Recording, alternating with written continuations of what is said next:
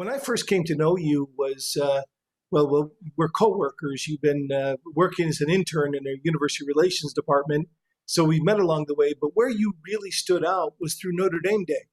You were the president of Stanford Hall, and you went out with some really creative and with that charismatic personality of yours, rallied the Stanford Hall alumni to support the cause. And I think you guys came out first. You beat all the other 29 residence hall communities on campus and raised like $27,000 for the hall.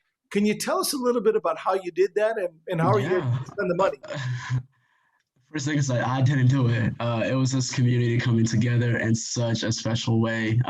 The team that we had here, we had folks over at University Relations, Connor Montijo, really pushing us forward. My vice president, Michael Babikian, was also a big part of that.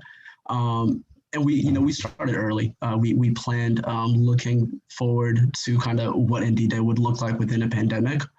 Yeah. And so through creative planning, we came up with these incentives. So one of the first incentives was, hey, if you get 700 donors, you can pie us in the face. The issue is that we said if you get 700 donors, and we listed all the different things that they can do. It was pie us in the face. I had to walk around the quad looking for someone named Kate and ask them if they can marry me. So I had a sign saying, "Will you marry me, Kate?" And they really loved that idea, and so for some reason that worked. Additionally, they shaved my head, so my hair is grown back now. But once upon a time, I was walking around with a shaved head. And then the final one, the ones that everyone loves, was this idea that we were going to get a tattoo that signified Stanford Hall. So one big thing we talk about here in Stanford Hall is big Stanford love. And it's just this idea that once you walk into Stanford Hall, you feel this love and community. And once you walk out, you give that to others. And so those three letters are to be tatted. And so they really bought into that idea. And, somehow that community came together. So alumni loved it and they spread the word. Parents were such a big part of this.